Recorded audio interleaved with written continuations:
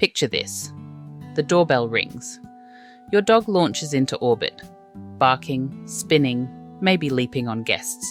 And you think, why can't they just calm down? Now imagine this instead. The doorbell rings. You say, "On your mat." Your dog trots over, lies down calmly, and waits while you greet your visitors. Sounds like magic, right? But it's not magic. It's a trained behavior. And today, we're going to teach it. Welcome back to Train Together, 10 Days to a Better Dog. I'm Jen, and in this episode, we're focusing on one of the most useful cues you can teach your dog: on your mat. This cue isn't about control. It's about giving your dog a clear job to do in the moments they feel most unsure or overstimulated. It's your go-to for dinner time, when guests come over, when the kids are playing, or when your dog is just a little too excited to settle. Let me tell you about Pepper.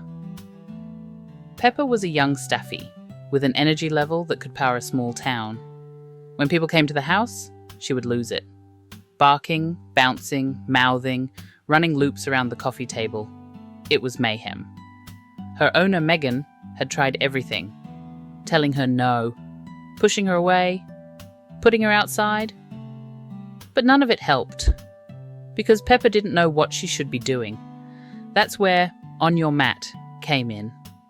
We taught Pepper that going to her mat, lying down and relaxing, was a rewarded, welcomed behavior. Not a punishment, not isolation, a place to chill, earn praise, and feel calm. It took just a few short sessions for Megan to notice the shift. Now, when the doorbell rings, she can say, "On your mat," and Pepper knows exactly what to do. And more importantly, she wants to do it, because it works, because it feels good, because she gets something out of it. That's what we're going to build today. A reliable, repeatable way to ask your dog to settle, and actually see them follow through. Let's get into it. Let's break down how to teach On Your Mat, a cue that creates calm on command. Step 1. Pick the right mat. Choose something portable and comfortable. A small rug, towel, or dog mat. You'll want to use the same one consistently at first, so your dog clearly links the cue to the location. Place the mat somewhere quiet to begin, like the living room or bedroom, with minimal distractions. Step 2. Introduce the mat. With your dog nearby, toss a treat right onto the mat. The moment your dog steps onto it, say yes, and toss another treat right onto the mat. Let your dog move on and off freely. We're building a positive association here. No cues yet, just make the mat a magical reward zone. Step 3. Wait for engagement. Now stop tossing treats and just watch. When your dog steps on the mat on their own. Even just one paw. Mark it. Yes, and reward. You're shaping the idea that being on the mat earns good stuff. Repeat this a few times. Let your dog start offering the behavior. Step 4. Add the cue. Once your dog consistently steps onto the mat, it's time to name it. Say, "On your mat," right before they move onto it. As soon as all 4 paws are on, mark and reward. Eventually, you can begin to delay the treat just slightly, waiting to see if they lie down. When they do, jackpot. Mark it. Reward. Calm voice. Slow praise. This is the behavior we're building. Step 5. Reward position, not just arrival. It's easy to only reward the moment your dog steps onto the mat, but you'll build better behavior by rewarding the duration. So once they're on the mat, drop a few treats between their paws while they stay there. This teaches them staying on the mat is what really pays. Step 6. Add distance, distractions, and duration. Slowly. Start moving a step away. Then 2. Can they stay? Try a low-level distraction, like tossing a toy nearby or stepping out of the room for a second. Always return and reward if they're still on the mat. If they get up, No big deal. Gently guide them back and reward when they lie down again. This isn't about perfection.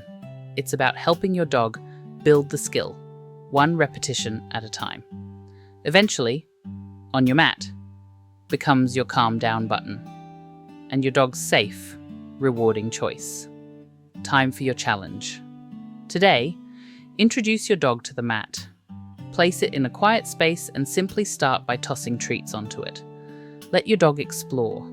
No pressure, no cue, no corrections.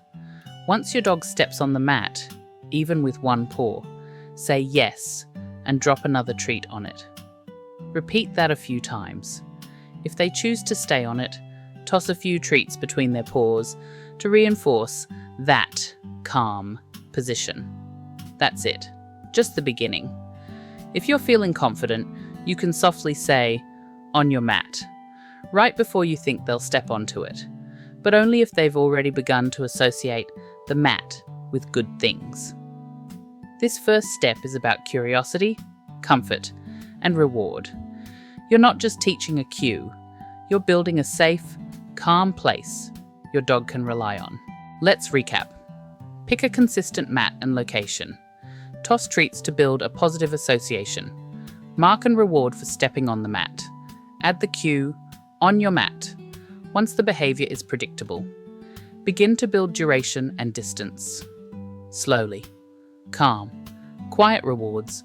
Reinforce calm, relaxed behavior. Before long, your dog will start offering that behavior without being asked. When they're unsure, on the mat. When they're excited, on the mat.